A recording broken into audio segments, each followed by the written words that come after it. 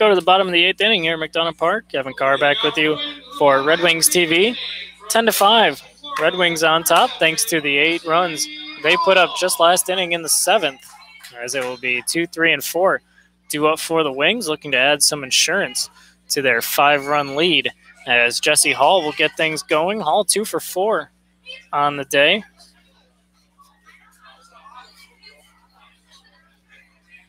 As he digs in against reliever Jack Wallace, and the first pitch is grounded to short. Coming on and fielding is Lucas Stallman. Good play by him. And he throws over to first to retire Jesse Hall on the first pitch of the bottom of the 8th inning.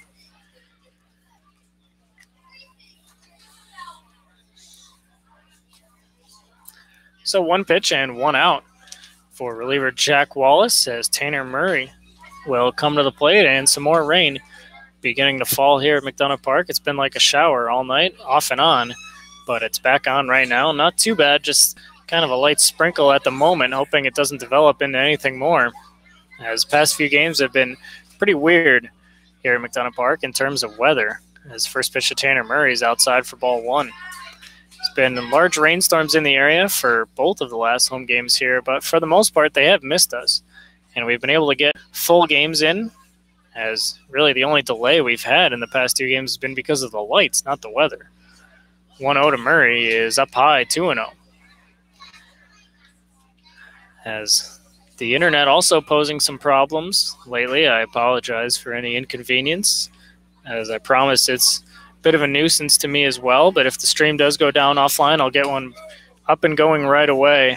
So make sure to try to find the one that's live. 2-0 to Murray is in there for strike 1. You can always search on YouTube for the road team name versus Red Wings and then the date. So Trailblazers versus Red Wings, July 21st. And then just find the top one that's live, or you can subscribe to our channel and just go back to our channel and find the fresh stream. As the 2-1 pitch on Tanner Murray is chopped foul off of himself at the plate, and it's 2-2. As I try to find a solution that works in terms of internet, there's a few different options I can try here, and I've tried all of them many times, trying to find the best one that works for everybody at home following along, because I'm sure you want to see the players you care about, and I try to give you the action as up to date as I can, even when sometimes the camera falls off or the internet skips out.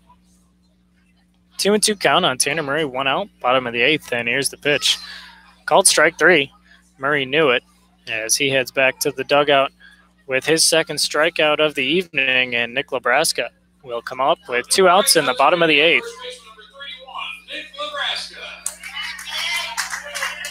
Lebraska had the big double just last inning that gave the Red Wings the lead. At the time, it was a 5-4 lead, 6-4 lead, as the Red Wings had already plated 1 run in the inning, and then the 3 RBI double drove in 3 more.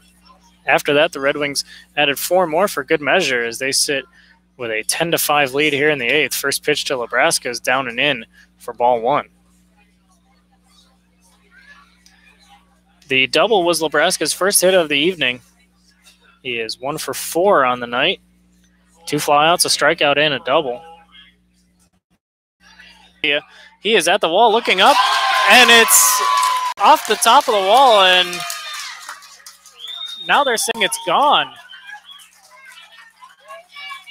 As base umpire Connor McKenzie is ruling that a home run, but I thought it hit off of Iadevia's glove and stayed in. Ball was in the yard, but they're saying that's a home run for Nick Lebraska.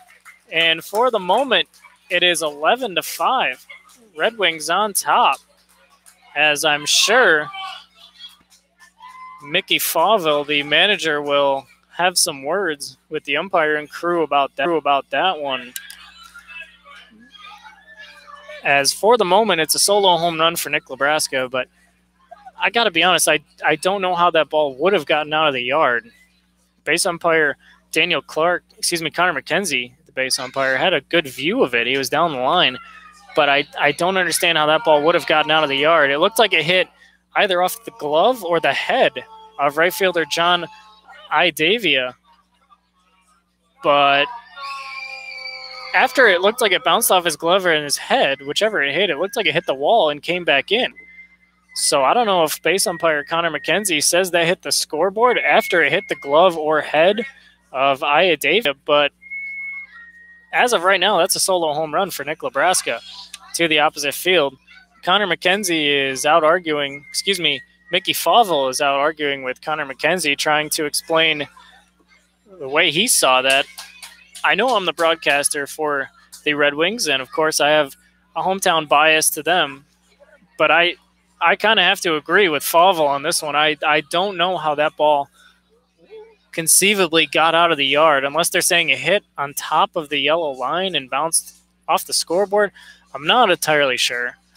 But in the end, it's a solo home run for Nick Lebraska, as the Red Wings get the benefit of the doubt, and it is now 11-5 in the bottom of the eighth on one of the weirdest home runs I have ever seen in my entire life. As I mentioned, it's now 11-5. Jared Gillis comes to the plate. And officially a solo home run from Nick Lebraska on the strange call. So I would love to know what actually happened there. I wish we had instant replay. But unfortunately, that's obviously not a luxury here in the Perfect Game League. First pitch to Gillis is on the inside corner, 0-1. Gillis is 1 for 4. His lone hit came just last inning in the big 8-run inning for the Wings. It was a single. He also came around to score a run. 0-1 to Gillis. In there with the breaking ball, and it's 0-2 on the Red Wings left fielder, Jared Gillis. His single last inning drove in Nick Lebraska, who hit the big 3 RBI double that put the Wings in front.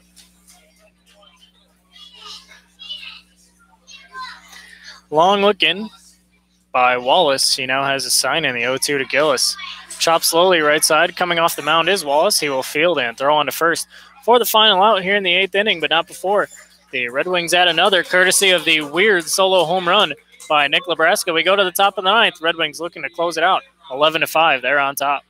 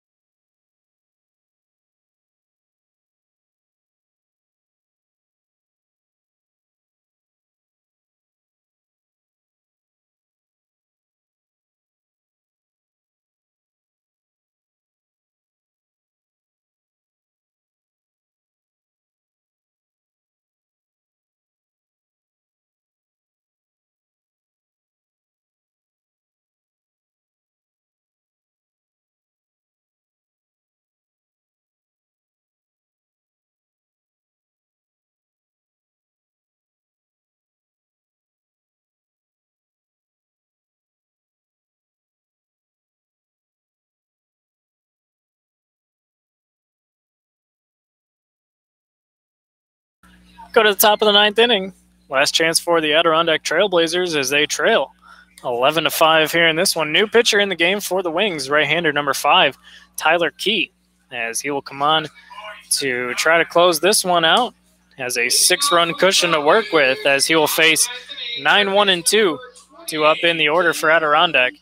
Third baseman Tim Carroll will lead things off, as Key will come on to make his 11th appearance of the season. Carroll and home plate umpire Daniel Clark having a little bit of a laugh. I assume it's about the home run that Nick Nebraska hit last inning that nobody is really entirely sure how it got out of the yard, but base umpire Connor McKenzie said it did, despite the fact that the ball ended up in the field of play. So I'd love to know the explanation on that one. But in any event, Tyler Key working here in the top of the ninth, and the first pitch is swung on and missed by Tim Carroll.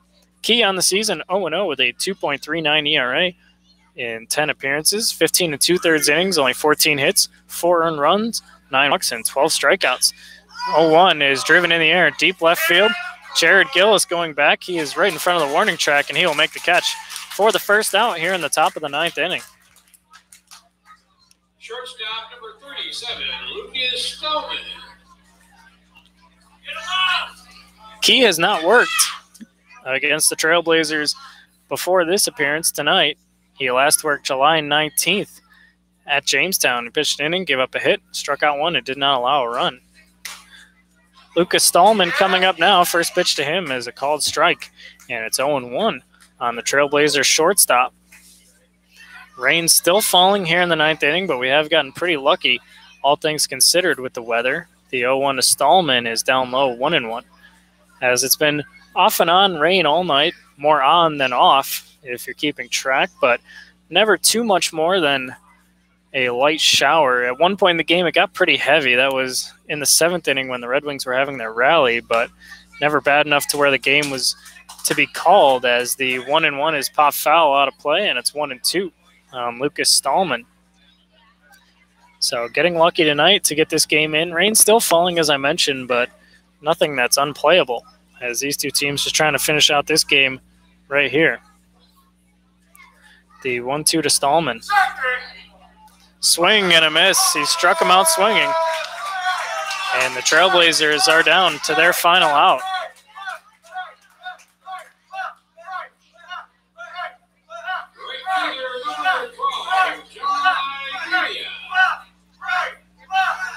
So 2 quick outs for reliever Tyler Key, and he will deal with John Idavia, as Key looking to put the finishing touches onto this game, as the rain now falling a little harder. As I'm sure the players would just, at least for Geneva, would love to just get the final out and get out of here, as the first pitch to Idavia is on the outside corner, 0-1.